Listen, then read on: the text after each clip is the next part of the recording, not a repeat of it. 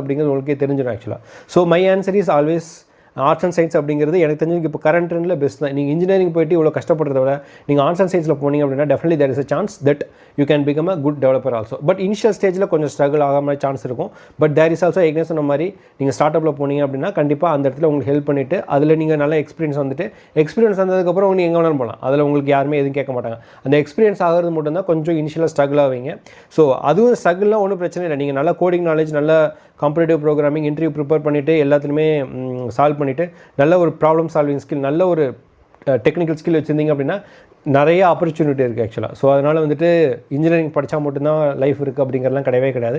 எனக்கு தெரிஞ்ச வரைக்கும் ஃப்யூச்சர்லலாம் இது அவ்வளோவா இருக்க சான்ஸ் கிடையாது. மோரோவர் இப்போ வந்திருக்க இந்த ஏஐ டெக்னாலஜியில் எல்லாமே LLM அப்படிங்கிற அந்த ஒரு குட்டி ஒரு டேட்டாக்குள்ளே எல்லாமே இருக்குது ஆக்சுவலாக. ஸோ இதனால் இன்ஜினியரிங் படிச்சுட்டு நான் பெரிய நாலேஜ் அப்படிங்கிற சொல்கிறதுக்கான ஒரு சுச்சுவேஷனில் இனிமேல் வருமா அப்படிங்கிறது எனக்கே டவுட்டு தான். ஸோ அதனால் தேவையில்லாமல் இன்ஜினியரிங்